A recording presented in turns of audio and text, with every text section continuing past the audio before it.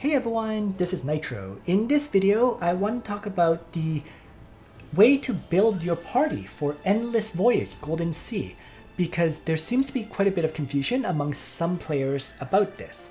So what I'll be covering in this video will be split into 4 separate parts. The first part will talk about the best heroes that you can bring in this mode. The second part will talk about the best skills that are available in this mode. The third part will talk about the best tactics. The fourth part will be about the best squad skills. And that should give you a good idea of how to play through this mode successfully. So with all that said, let's begin. So first, we're talking about the characters, and basically the best characters are quite simply based on their talent. For example, Juggler makes an amazing healer because Juggler will heal other friendly units after he takes damage, and the recovered amount by everyone is equal to 30% of Juggler's unit hit points. Another amazing character for healing is Rosenseal. She is also top tier because Rosenseal will restore the hit points of allies within 3 blocks of her, equals to 2.5 times Rosenseal's intelligence.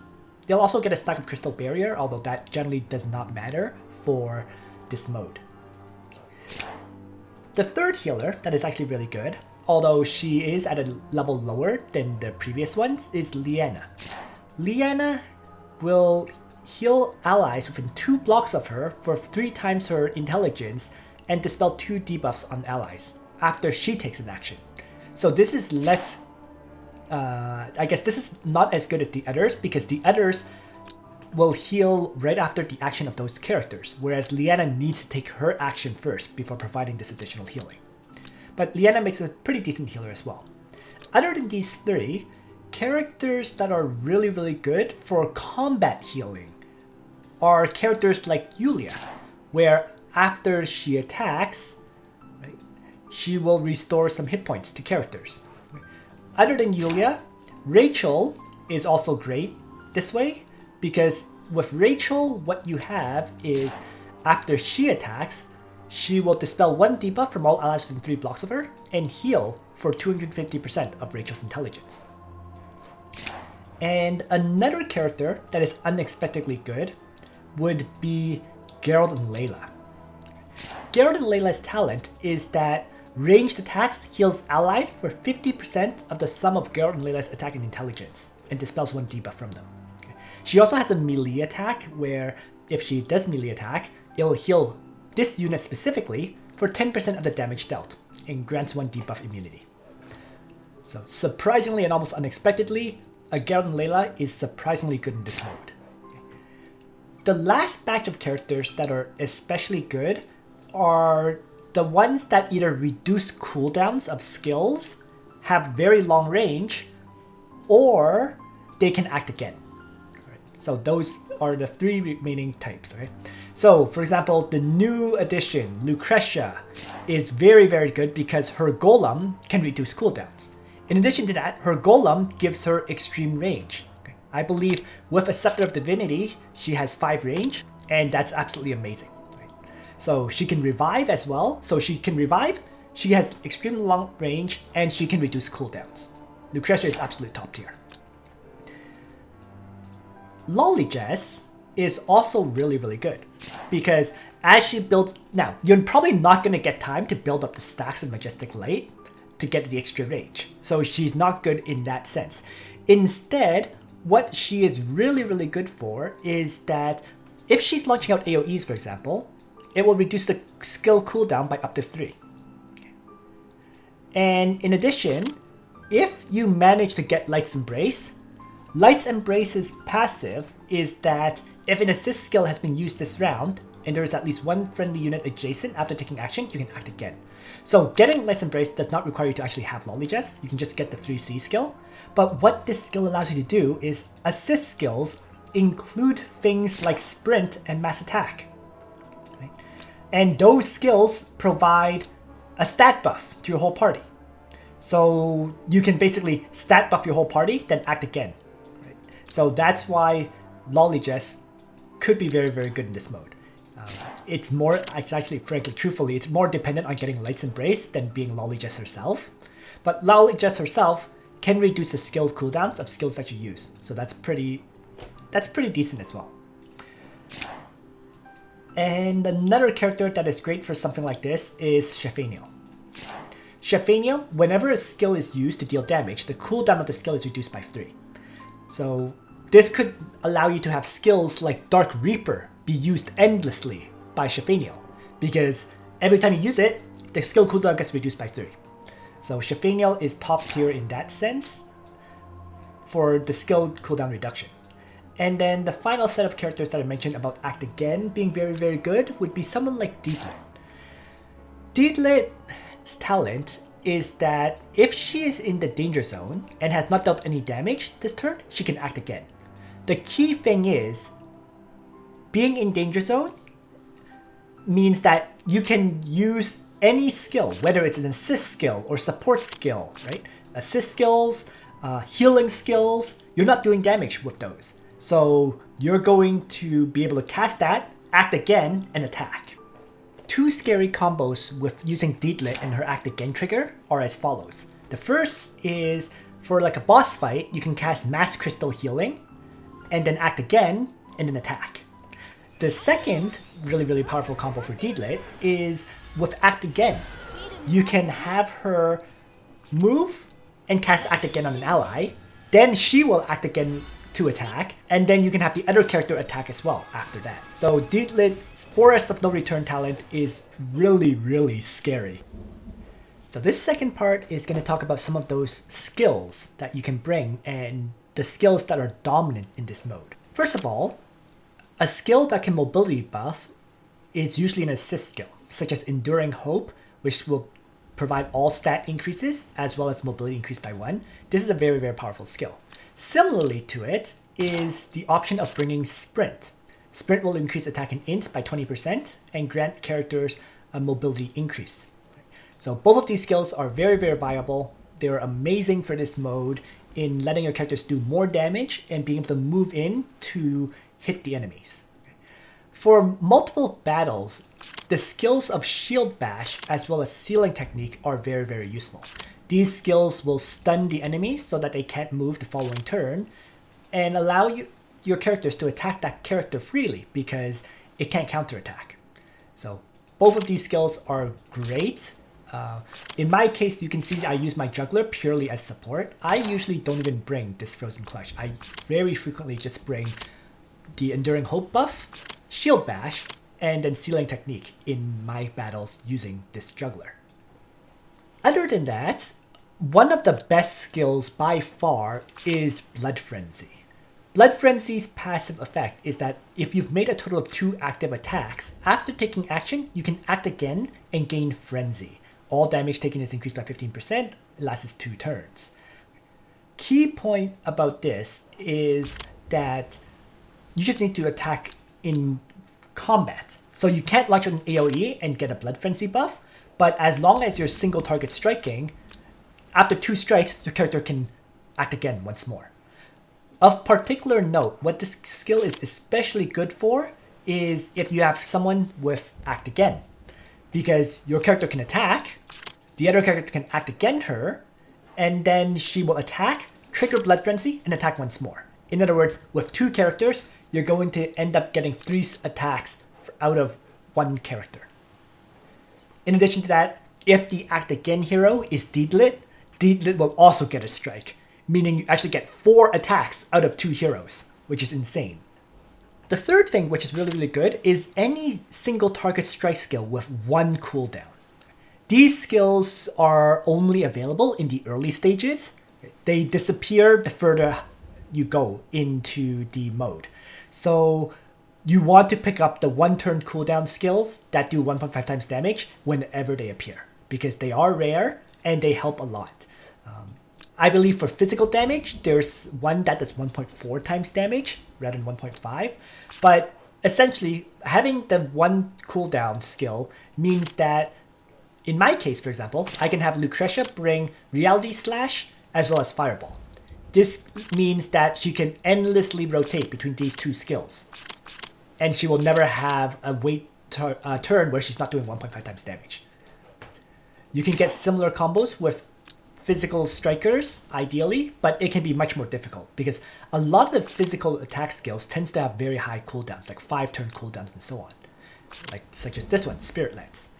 Even if you have one, let's say, with 2-turn cooldown, it means you're going to have one downturn every 3 rounds. So ideally, it's the more one-cost cooldown skills you can stack, the better. The next thing to mention is about AoEs. First of all, AoEs are not required. Ideally, it's better to go for single targets battles. But what AoEs allow you to do is they allow you to clear battles very, very rapidly. With a well-designed party launching out, let's say, 4 AoEs after one stat buff, you can clear the battle on turn 1 without the enemy ever acting. So it can save you a lot of time in that sense. The drawback is for all the difficult battles, AoE skills are not recommended. So generally speaking, if you're going to build AoE, what you really want to do is you're going to have one character with 2 self-targeting AoEs and a unique tactic that's called Bloodbath. I don't have that Bloodbath skill right now, unfortunately. But what the Bloodbath AoE skill does is it increases your AoE range and increases AoE damage. So ideally, the character would have 2 self-targeting AoEs, and then she will have very, very long range with that AoE. Something like a self-targeting AoE would have like 7 range all around her, which is enough to hit pretty much every enemy on the map. So here's an example of me using an AoE team before I reset this party. So this party starts off with Rosalia casting sprints to buff up the mobility of everyone and increase their int by 20%. Next will come my AoE attacker Shafiniel, launching out Heaven Sanction with that extreme range from the Bloodbath, adding additional range. There's the first AoE, hitting all the enemies. Then, an act again from my Rosen Seal will allow Shafiniel to launch out her second AoE. Another self-targeting AoE, another hit on all these enemies.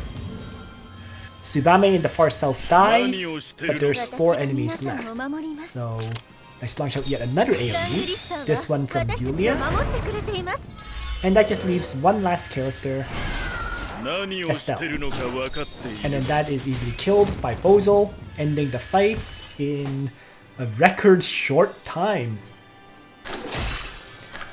And it's worth noting that this fight is actually the final battle of floor number 13. So this is very much an endgame fight, but it was still cleared in the shortest amount of time possible. And clearing that moves me to floor 14. So the third thing to talk about is the tactics. And in general, tactics are quite straightforward. For your damage dealers, you're going to want tactics that increase either int or attack. For example, Lucretia is int based, so I want int increase, more int increase, and then I have some damage increases after that. Right? So in total, I'm getting 35 plus 30, which is 65% int, and I'm getting 40 plus 35, which is 75% damage increase. My physical striker here has a very kind of similar combination, where I have attack increase of 30%, attack increase of 35%, so that's 75, then a 35% hero damage dealt increase from Breeze, and the last one in this situation, I threw in Wisdom of the Strata for another 15% attack. Shaltier is quite similar. The difference is she's bringing a Full Moon, and Full Moon is amazing in this mode because it increases attack, int defense, and magic defense. So both survivability as well as damage are increased. And the trigger effect is only being above 50% hit points, which is not difficult to have. So Full Moon, if you can get it, is very, very special. And there are a few additional unique effects that you might want though. Like for example, I never really had my juggler attack. He was a support character that was casting Enduring Hope. Like he was buffing up my team, right? And then whenever he was actually attacking, he was mainly stunning enemies. So with my juggler, I focused on survivability, like hit point increase, like stat increase, and more magic defense and defense increases. But other than these basic ones, if you can get some unique ones, there are unique tactics that are based on hero talents. So, I mean, the wisdom of the strata was already one example, but better examples include Asura Sword. Asura Sword is especially amazing because what it is as long as you deal damage to 2 or more enemies in one attack, you will act again. And this has act again effect has a 2-turn round cooldown trigger. What that means is with Asura Sword, as long as you hit 2 or more enemies with an AoE, like Midnight Feast, you'll act again. So you technically don't even need someone else to act again you. You can act with an AoE, act again, and launch with a second AoE, and dominate this way with a skill like Asura Sword, if you're lucky enough to get it. The hero talent based ones are generally very, very specific. Like this one that I just mentioned, Asura Sword, is especially amazing.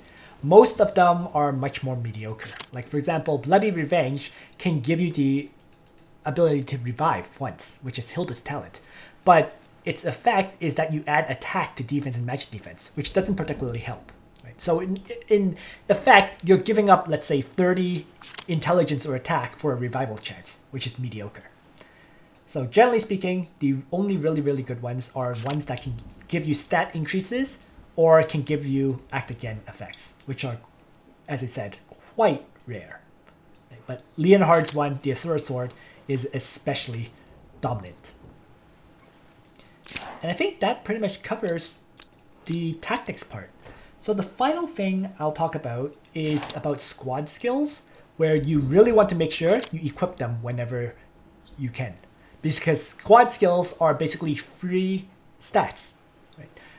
The first layer of them basically provide you with a 10% increase to all stats as long as you have 3 characters of one type. Kind of difficult to have. The most common one you might have would be Wizardry, where you have 3 or more friendly mage or holy class heroes for all stat increases of 10%. This one's actually pretty good because it also increases active skill damage by 15%. And you also have a 50% chance to reduce skill cooldowns by 1. So you're getting 10% increased stats and 15% increased damage whenever you use a skill. The middle ones require you to have 3 or more friendly heroes of different types. So you could combine both of these. For example, if you have 3 mage or holies, mage and holy count as 2 different types, right? So then as long as you have 1 other character class, that's 3. And the middle ones, the ones that stand out are probably the 2 middle ones here, right? Strategy increases battlefield skill damage by 20%. Struggle will allow you to have damage dealt when initiating battle, will be increased by 10%. And supply, actually, after taking action, you restore 30% of your max hit points. So I would generally say supply would be the top tier one on this layer. The other 2 help increase damage, which is nice to have, but not as important as staying healthy. And then the first one increases crit damage by 40%. You're not guaranteed to get a crit hit, so I don't really like that one. The final layer is generally unique effects. And so they tend to be very situational. The first one requires you to move 10 or more blocks to get a buff, and that buff will increase damage dealt by 50% and decrease damage taken by 25%. This one is actually really, really good for the boss fight of level 10 for Endless Voyage number 3, because you're going to be moving back and forth. So getting that extra damage dealt to hit the boss can increase your damage output by a lot. Warcry is kind of odd. After attacking and dealing damage 3 times, you get this buff where you will deal fixed damage equals to 2 times your attacking int combined. I mean, it's extra damage, so you can't complain about it. It only triggers after every 3 times you strike, though. So I'm not quite sure how I feel about that. Is it better than getting 5% stat increase? I'm not sure. Really not. I would generally say ignore the second one. The third one, Operation, this one is not good for Endless Voyage 3.